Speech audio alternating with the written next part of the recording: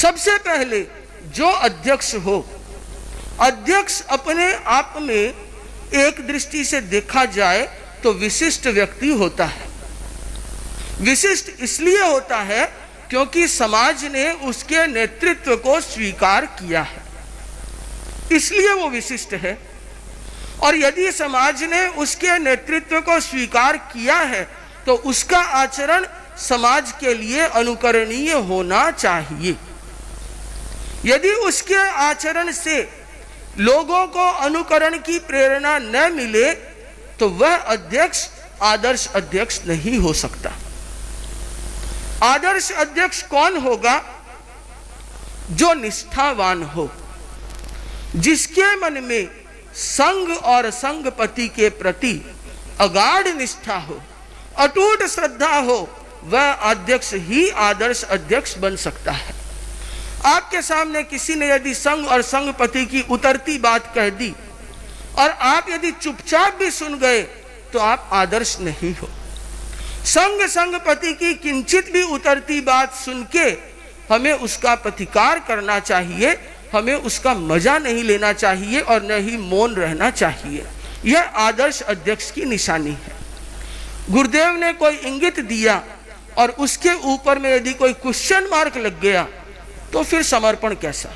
समर्पण तो वो होता है कि आज्ञा ही नहीं, इंगित ही नहीं, ये पता चल जाए कि गुरुदेव की इच्छा यह है तो वह भी हम लोगों के लिए ब्रह्म वाक्य के समान होना चाहिए। यह आदर्श अध्यक्ष की पहचान है।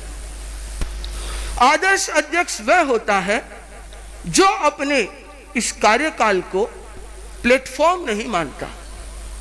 अभी जब मई महीने में चुनाव हुए, उसके बाद एक जगह के अध्यक्ष मंत्री आदि की टीम आई और मैंने उन्हें कहा कि ये एक मौका है जहां पे आप लोग सेवा कर सको।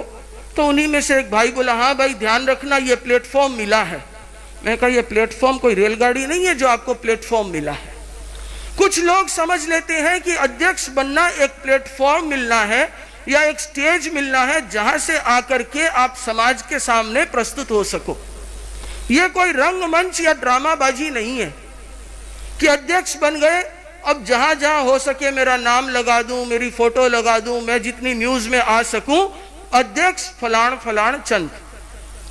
ये प्लेटफॉर्म नहीं है। ये एक धर्म संघ की सेवा का अवसर मिला है और ये अवसर आपको इसलिए दिया गया है कि आप संघ और संघपति की उन्नति में अपने श्रम और समय का नियोजन कर सको। तो आदर्श अध्यक्ष वह होता है जो सभा संस्था को प्लेटफॉर्म नहीं, एक सेवा का माध्यम मानता है।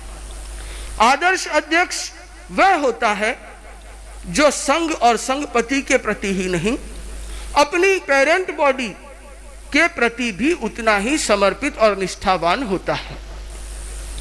बहुत से लोग ऐसे हैं जो आज भी जब महासभा के बारे में कोई बात सुनते हैं तो बोलते हैं, नहीं, महासभा के बारे में आप ऐसी बात नहीं कर सकते क्योंकि ये हमारी मातृ संस्था है। आज इसका भी अपना सम्मान है। क्यों है? क्योंकि ये गुरु दृष्टि की आराधना करती है।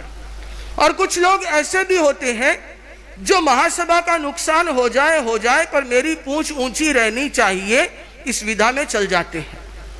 उनके पास यदि कहीं से कोई व्हाट्सएप आया तो आगे 6 जगह और फॉरवर्ड कर जाते हैं। मजा लेने में क्या जाता है? बंधुओं, ये गलत है।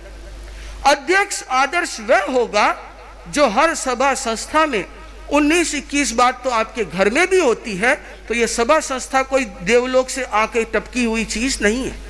उसे कैसे परोटी जाए, उसे कैसे संभाली जाए, इस दिशा में प्रयत्न करे, वह अध्यक्ष आदर्श होता है।